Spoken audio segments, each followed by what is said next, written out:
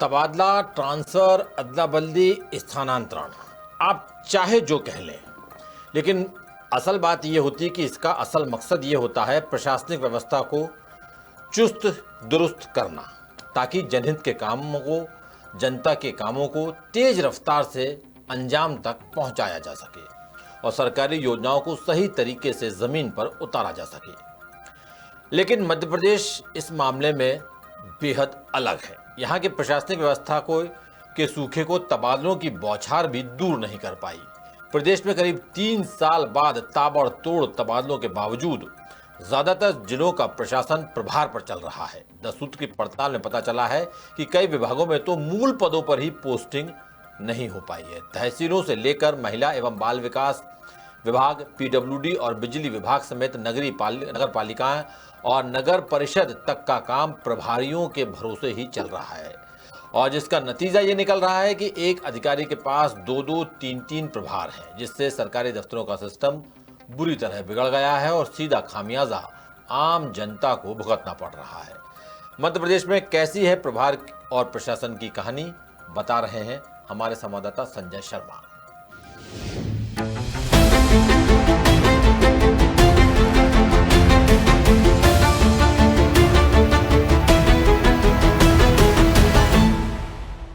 मध्य प्रदेश की मोहन सरकार ने 2025 में 3 साल बाद तबादला नीति जारी की और ऑफिशियली 17 जून तक थोकबंद तबादले भी किए। माना जा रहा था कि ताजा तबादलों के बाद सूबे के खाली दफ्तरों में बहार आएगी और प्रशासनिक व्यवस्था दुरुस्त होगी, मगर 10 सूत्र की पड़ताल में पता चला कि ताबड़तोड़ तबादलों के बावजूद ज्यादातर जिलों का प्रशासन प्रभार पर ही चल रहा है। खास बात यह है कि कई जगहों पर विभाग प्रमुखों के पदों पर ही स्थायी पोस्टिंग नहीं हो पाई है, जिससे कई विभागों में अधिकारियों को दोहरे तिहरे प्रभार सौंपे गए हैं। मिसाल के तौर पर सागर जिले के रहली ब्लॉक में नगर पालिका का काम प्रभारी सीएमओ के भरोसे है और सीएमओ का चार्ज सहायक राजस्व निरीक्षक धनंजय गुमास्ता संभाल रहे हैं।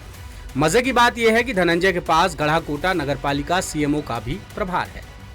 गुमास्ता ट्रांसफर लिस्ट जारी होने के पहले ही गढ़ाकोटा नगर पालिका के प्रभारी सीएमओ थे और अब उन्हें रहली भेजकर नया काम सौंप दिया गया है। इसी तरह दतिया की सेवढ़ा नगर परिषद के सीएमओ महिपाल सिंह के पास भिंड जिले की आलमपुर नगर परिषद की भी जिम्मेदारी है। वहीं दतिया सीएमओ का पद भी प्रभार पर है, जहां पदस्थ प्रभारी सीएमओ नागेंद्र सिंह के पास भांडेर का भी चार्ज है। इधर रायसेन जिले में पुलिस विभाग के पास सब डिविजनल कार्यालयों का काम भी प्रभार पर चल रहा है। बाड़ी एसडीओपी के पास फिलहाल बरेली और उदयपुरा सब डिवीजन की भी जिम्मेदारी है।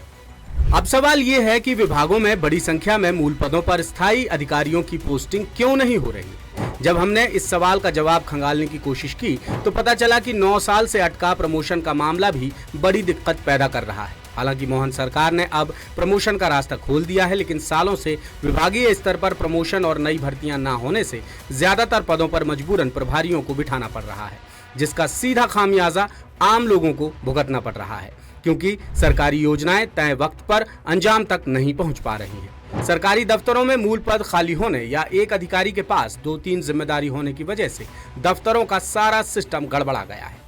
10 सूत्र की पड़ताल में पता चला कि कहीं अधिकारी अतिरिक्त भागदौड़ से बचने के चक्कर में प्रभार के कार्यालय ही नहीं जाते या हफ्ते में 1-2 बार जाकर रस्म अदायगी कर लेते हैं। कुछ जगहों पर प्रशासनिक अधिकार नहीं होने या भविष्य की उलझनों को देखकर अधिकारी किसी काम में हाथ ही नहीं डालते।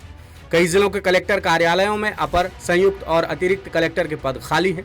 तहसीलों में कार्यपालिक मजिस्ट्रेट और राजस्व न्यायालय का काम नायब तहसीलदार संभाल रहे हैं। जिला और जनपद पंचायतों में मुख्य कार्यपालन अधिकारी के पद प्रभारियों के भरोसे चल रहे हैं।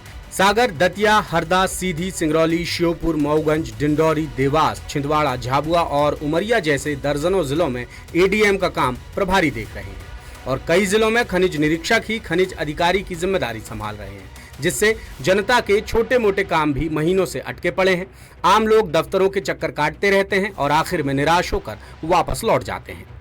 अब छोटे और नए जिलों के हाल देखें तो मऊगंज, मैहर और पांढुर्णा जिले में अब तक सरकार सिस्टमैटिक सेटअप ही तैयार नहीं कर पाई है, जिससे इन जिलों में पदस्थ अधिकारी रोजाना अप डाउन करने को मजबूर है। अब आपको जिलेवार प्रभार पर प्रशासन की पूरी कहानी बताते हैं। सागर की शाहपुर नगर परिषद में सहायक राजस्व निरीक्षक बाल किशन पटेल सीएमओ का पद संभाल रहे हैं।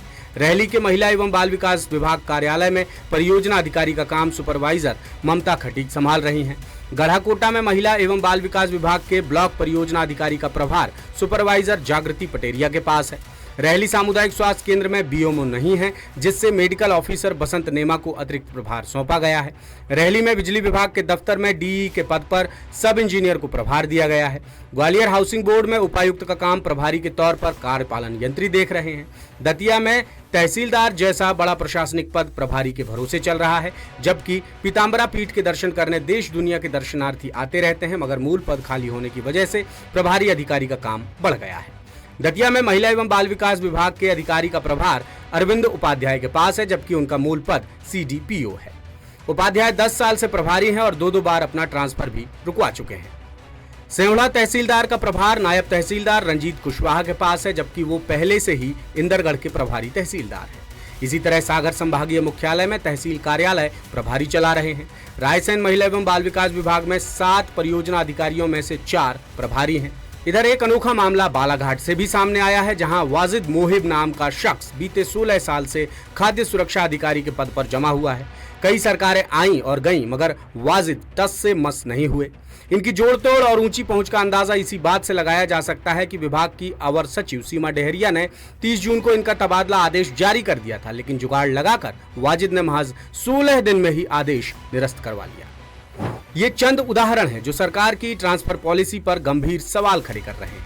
कई जगहों पर मूल पदों पर ही पोस्टिंग नहीं हो पाई और कुछ जगह ऐसी हैं जहां सालों से एक ही अफसर जमा हुआ है।